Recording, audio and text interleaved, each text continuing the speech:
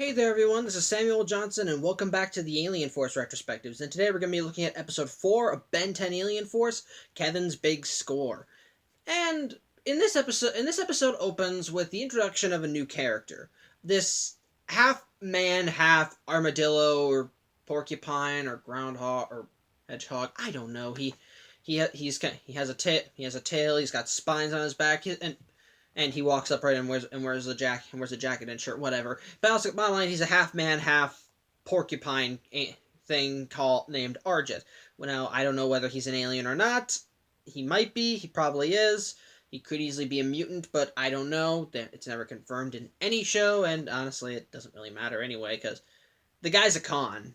He's a criminal who deals with illegal alien artifacts and technology. And apparently he is a friend of Kevin's that Kevin met in the 5-year span between the original series and this one. So, as such, it turns out that Kevin has been looking for a specific piece of alien tech, and Arjit says he knows the guy who has it. But in order to get this alien tech, he wants a lot of moolah, a lot of things he can trade. So Kevin decides that if he wants to get this alien tech, he needs to go high. So he decides to hijack the Rustbucket. No joke. He does not ask anyone. He does not say, "Hey, look, there's this thing I need to do. I need some of the tech here."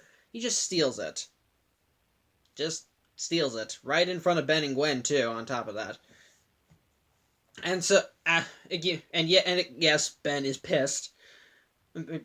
Actually, the reason they were even there was because he said he was going to work on the Rustbucket. That's how we even got in, and he used his plumber's badge to access all the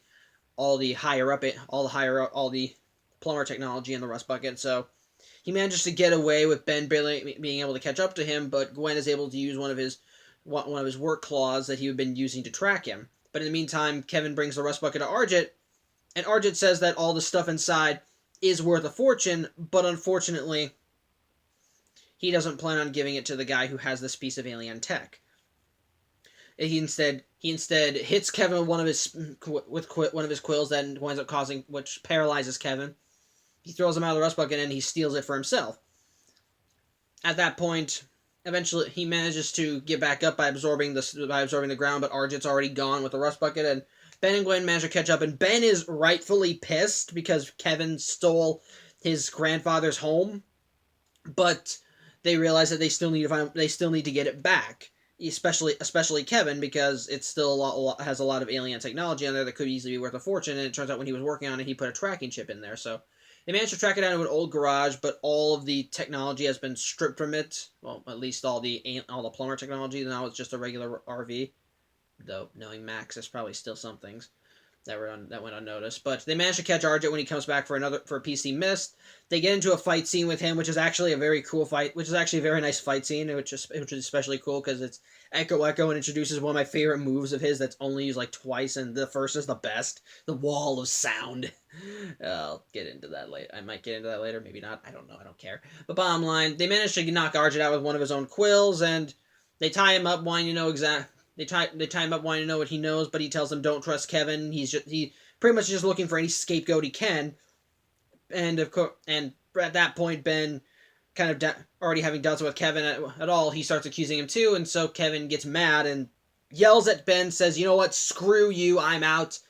And he does it to both Ben and Gwen, and I might as well say this right now. Through everything in the episode, even when he stole the Rustbucket, and even said that I had a good reason for why I stole it, she believes him. She believes he has good reasons. So I'm just kind of wondering why he snapped at her. Especially when we learn in the next scene that it was all just an act to get Ben and Gwen off his back. Yes.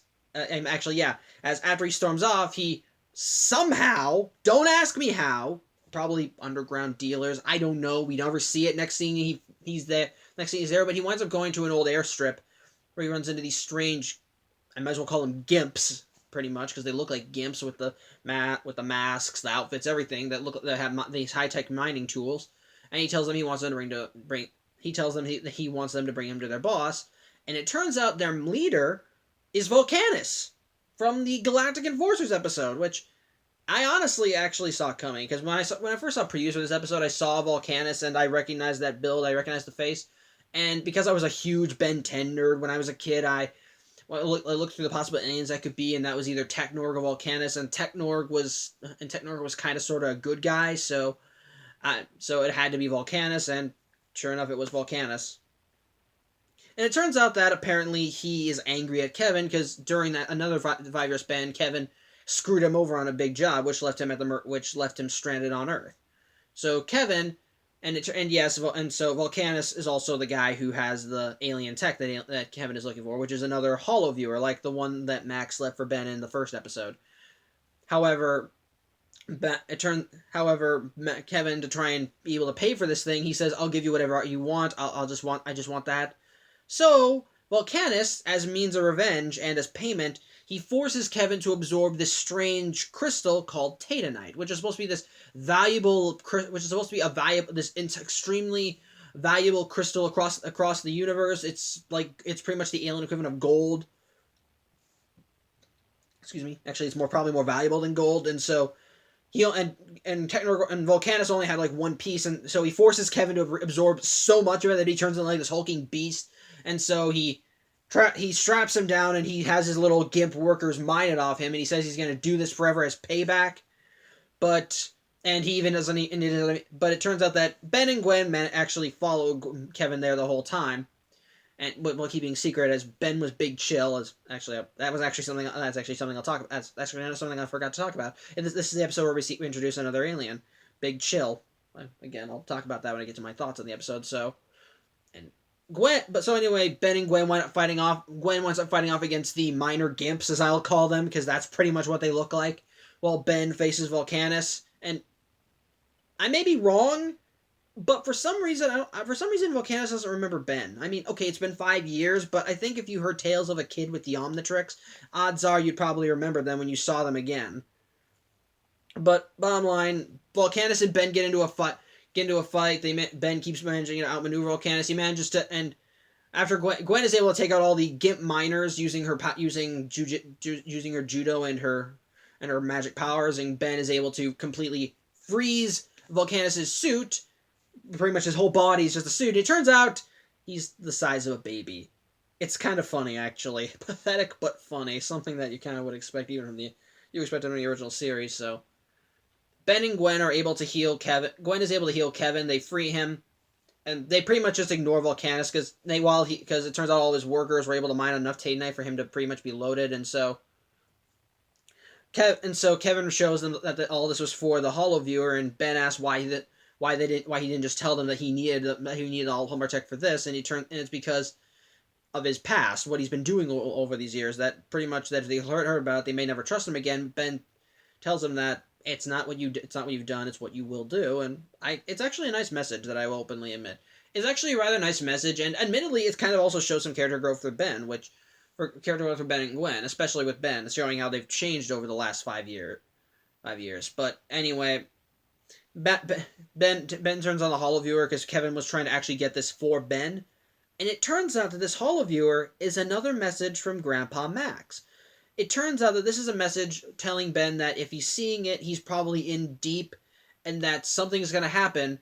Much like the first message, only this time he's telling Ben that that if he wants to have a chance of fighting what's coming, he needs to build a team, which would probably consist of the plumber's kids, like with Alan in the last episode. So that's pretty much how it ends. Pretty much, it's a nice little hint towards what's to come. It's a nice little thing, but much like the last episode, it just kind of stops. Though, admittedly, unlike the last episode, this one does have a more satisfactory conclusion. But summary aside, I think the episode's all right. Not great, but it's all right. I think my big problems with it kind of come from Kevin, because admittedly, what he was doing he had good intentions. He had noble intentions. He wanted to get this holo viewer for Ben. It was somewhere out in the black market, but instead of just telling Ben, "Hey, I heard that there's a holo viewer that was a message from your grandfather. It's somehow on the black market. This guy will trade it to me, but he wants a lot for it. I want to know, can I use this?" Admittedly, I would kind of question it, but honestly, Except I think it's better than the alternative. I think if he was straight with them, it would have worked. And admittedly, it is part of the episode. It is kind of part of the episode to accept your truth, but Kevin does not act is kind of acting like a dink. And admittedly, this feel and I mean, no. To be fair, I think the episode came early enough so that you could still doubt Kevin's intentions. Because again, this is the fourth episode in the series, technically third if the first two episodes were one whole hour. But anyway, so it's still early enough that you can still have your doubts about Kevin and wonder, is he doing this for noble reasons? And yeah, admittedly, it did kind of got cross my mind too when I was a kid when I first watched this, because I was still under the mentality that the alien voice was going to lead into the Ben 10,000 episodes we saw in the original series. As such, I was thought that at some point in the show, Kevin would go back to being a bad guy. But I did still have doubts because I thought that this early on, he shouldn't be turning into a bad guy this quick. He shouldn't be reverting back this quickly.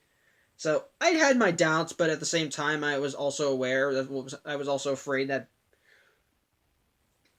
he may actually be turning back into a bad guy.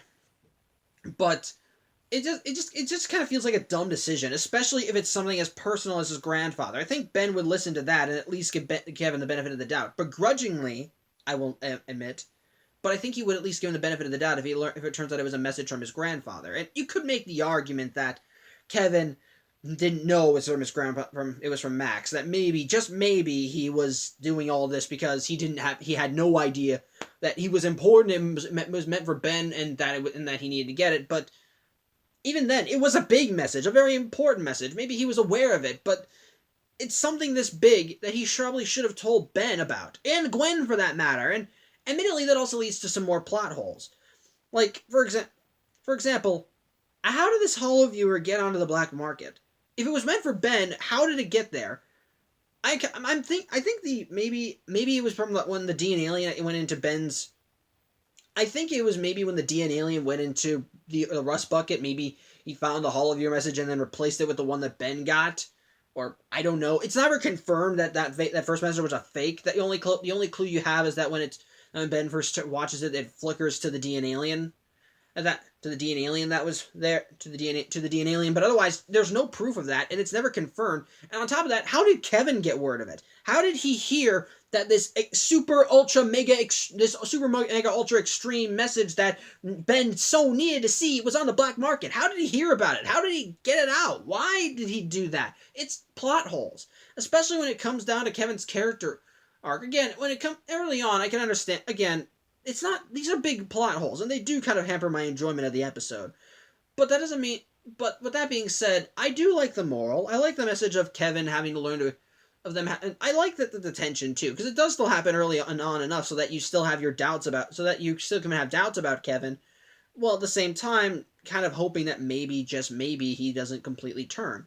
And likewise, you're kind of in the same mindset as Ben. You're kind of in the mindset, but you're kind of in the apex between Ben and Gwen, because both of them have different reactions to it. I mentioned that Kevin has a crush on Gwen, but it's not. But this episode shows that crush is mutual, as Gwen is clearly showing feelings for Kevin in this episode too, as she actually throughout in the entire episode she's giving him the benefit of the doubt and thinking that he's doing all this for good reasons, despite the fact that it's a very shitty thing to do. While Ben, on the other hand, is just constantly angry at Kevin. It was just ready to accuse him, which makes sense. On both, you have two ends of the extreme, and again, you have two sides. Essentially, the viewer acts as the middle ground. You want to believe that Kevin's doing good, but at the same time, this change happens early on enough so that you still have your doubts. That you're thinking, is this noble? Is this for real? And again, it does raise some good questions, and it does have a good moral. It's just the plot doesn't really have a lot of sense, and Kevin's stupid decisions, especially again, even if you know his history, it's something that he should have thought over, and maybe could have probably could have put some thought into. But yeah, I'm trying to think, what else do I want to talk about? Well, okay, for starters, I'll talk about Argent. Argent is a recurring character in the show. His relationship with Kevin is tense, to say the least. Argent is a character that pops up every now and then. Every time you see him, he is pulling something shady, and every time Kevin is just willing to give him the benefit of the doubt. Apparently, it's just pretty much, despite the fact that apparently they've actually screwed each other over several times, they actually both are buddies. They like hanging out, but I will admit Arch is just kind of an amusing character. He's a character you love to hate. Despite all of his backstabbing nature, there's just something to him that you just kind of find attracted. That you just kind of want to watch and see how it goes, even when you're just saying, "Oh God, this guy," because that's the kind of character he is. He's the kind of character that makes you roll your eyes, but at the same time, you kind of want to know what he. At the same time, you don't want to know what he's doing, but at the same time, you're still kind of curious. It's right. He's entertaining, but annoying. Entertaining but annoying. That's pretty much the best way I can that's the best thing I can equate. And on top of that, there's also Volcanus, who's also not a recurring villain again. Like again, he was in the original series, but he only appeared in one episode, and that was the episode with the Galactic Enforcers, which, to put it lightly, is not one of my favorite episodes in the original series. But so to see him actually be a rather competent and bad guy actually is kind of nice.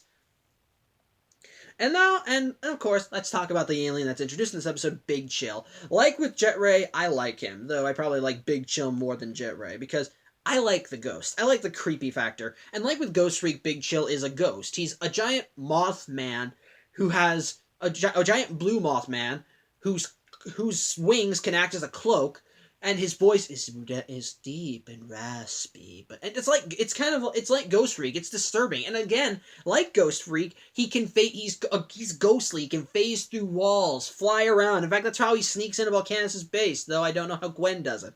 I really don't know. She just appears out of nowhere. So I don't know. It's actually rather nice, and it's really cool. And it's really cool how he talks. He's slow and calculating, even when Ben is showing his little arrogance during fights, which is really cool. It's really nice. I really do like that. I really do like him, and I think what makes him even better is the fact that he has cold powers. He has cold breath whenever he flies through something. Whenever he flies through something, he can freeze it. It's really cool. He can turn invisible. It's a nice ghost alien. I'll probably go on record and say that I like Ghost Freak just a little bit more, but Big Chill is definitely but I personally just think Big Chill is cool, even if he is just a Mothman, even if he doesn't look like a Mothman in a giant cloak. So, yeah. Cool alien, so. Otherwise, it's an alright episode. It has plot problems, but otherwise, it's adequate for what it is. It's entertaining, has a nice message, actually shows some character growth for Ben and Gwen also, because I know in the original series Ben and Gwen actually wouldn't, like, you still see some of Ben's forwardness, but if this was the original Ben Tennyson when he was 10, he probably would have been bitching at Kevin up till he was proven wrong.